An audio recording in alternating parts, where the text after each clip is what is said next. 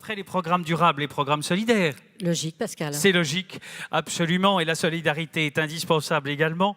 Et donc, ont été nommés 4 programmes dans cette belle catégorie. Colocation solidaire Sciences Po, Paris 20e, Paris Habitat. Mixer l'habitation était l'objectif de Paris Habitat, d'où le projet de colocation et le partenariat signé avec Sciences Po Paris pour des logements à loyers adaptés. Les étudiants sont invités à assurer des cours particuliers aux enfants de l'immeuble, une bonne idée. Jardin d'hiver à Montreuil, Habitat et Humanisme, 2 bâtiments de 2 étages séparés par un vaste jardin collectif. Chaque ensemble bénéficie d'un toit-terrasse. Le programme compte 26 logements, dont une partie est dédiée au logement social, un modèle d'habitat participatif. Le village Saint-Michel, Paris 15e, BNP Paribas, après un chantier de 36 mois mené par BNP Paribas Immobilier Promotion Résidentielle, ce nouvel ensemble propose entre autres 93 logements en accession, 118 logements sociaux, 80 chambres EHPAD, et on en passe. Révélation Nantes, Altarea, Cogedim Atlantique, de la case prison à la case belle maison, même très belle maison. C'est ce qu'offre Altarea Cogedim en donnant une nouvelle vie à la maison d'arrêt de la cité ligérienne, transformée en résidence avec près de 100 logements, dont une partie en logement social. L'idée étant aussi d'encourager la mixité générationnelle. On les applaudit tous les 4. Et pour remettre ce trophée, Pascal? Alors, pour remettre ce trophée, j'appelle Hervé Legros, président d'Alila. On l'applaudit aussi. Où est-ce qu'il est, Hervé Legros? Il arrive, il prend son temps. Il arrive, oui, tel une star. Voilà. Alors Hervé, venez à nous. On va vous donner un micro. Le voici, votre micro. Alors Alila. Bonjour. Bonjour. Comment ça va Alila? Parfait. Bon. Une excellente année, on est ravis. Oui.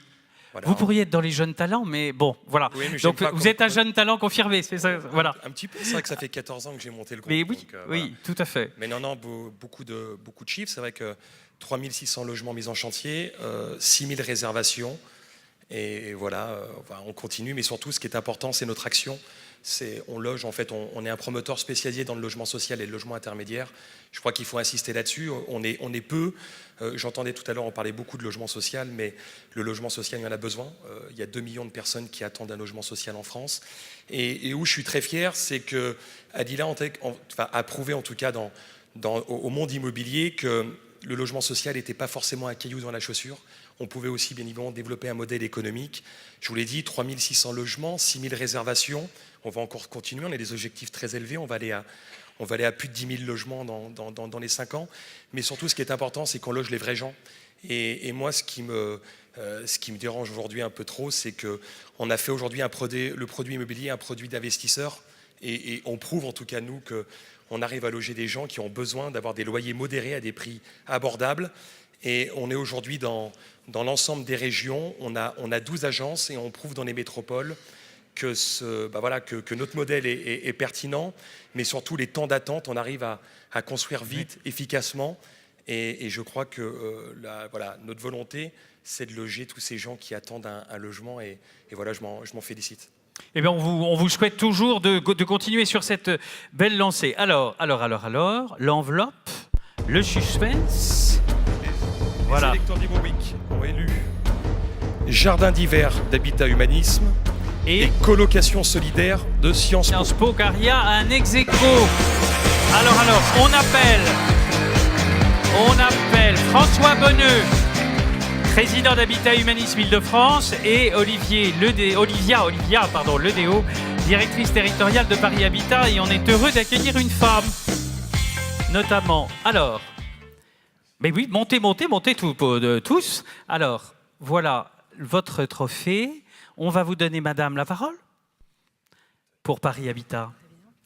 Merci. Tout d'abord, merci aux votants pour avoir voté pour notre projet. Donc, j'excuse Stéphane Dauphin, le directeur général, qui n'a pas pu se rendre disponible ce matin. Donc, merci beaucoup. C'est un projet effectivement solidaire. Ça porte bien son nom.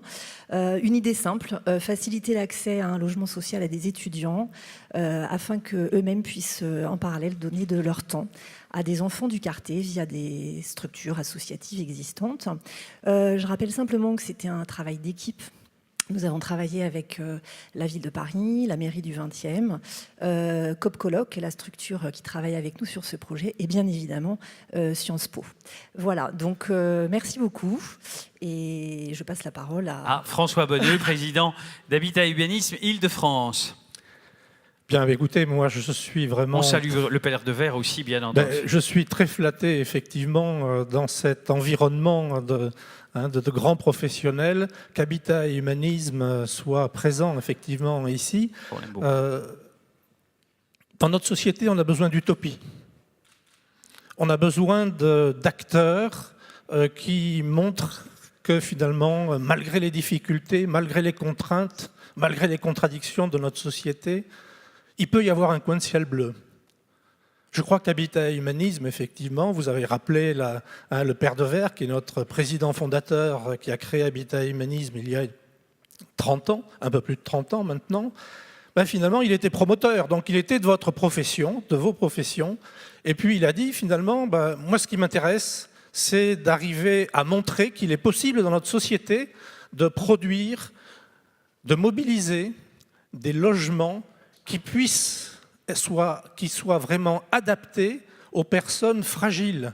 Fragiles parce que, précisément, ils n'ont pas de logement par manque de ressources, parce qu'il y a des handicaps psychiques, physiques, fragiles parce qu'il s'agit d'exilés. On n'a pas parlé ce matin des migrants, mais je dirais que c'est un vrai sujet auquel nous sommes confrontés aujourd'hui. Et donc, c'est ça notre ADN et c'est notre projet. Alors, à l'évidence, nous, dans notre démarche, nous avons une démarche qualitative. Nous privilégions le qualitatif sur le quantitatif. Nous ne cherchons pas à avoir des volumes énormes. Par contre, l'ensemble des projets auxquels nous sommes, je dirais, confrontés, eh bien, ce sont des projets où chaque fois, l'innovation est au cœur, et l'innovation sociale en particulier. Alors, Jardin d'hiver, c'est vraiment un exemple. Jardin d'hiver, on est dans l'habitat participatif. Jardin d'hiver, la maîtrise d'ouvrage, c'est pas Habitat et Humanisme. Jardin d'hiver, la maîtrise d'ouvrage, c'est Xavier Point, qui effectivement est le maître d'ouvrage et qui est un professionnel reconnu vraiment en matière d'habitat participatif. Ça veut dire qu'il y a eu effectivement des logements qui ont été construits, 26 logements qui ont été construits avec et par les futurs propriétaires. Alors Habitat et Humanisme là-dedans, pourquoi ? Eh bien parce que ces logements, ils avaient vraiment le souhait, ces logements, ces habitants, ces futurs habitants, ils avaient le souhait de pouvoir créer un lieu de vie où la mixité sociale soit au cœur de leur quotidien. Et donc, ils ont dit, finalement, nous achetons et nous produisons ces logements, Habitat et Humanisme, est-ce que vous ne seriez d'accord pour venir acquérir 3 logements sur les 26 dans ce programme ? Bien entendu, on a dit oui.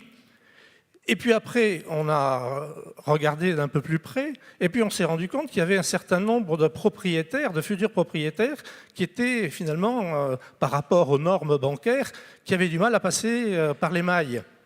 Et donc, nous avons dans le mouvement Habitat et Humanisme une entité qui s'appelle le Mouvement d'aide au logement, qui s'occupe d'accession sociale à la propriété.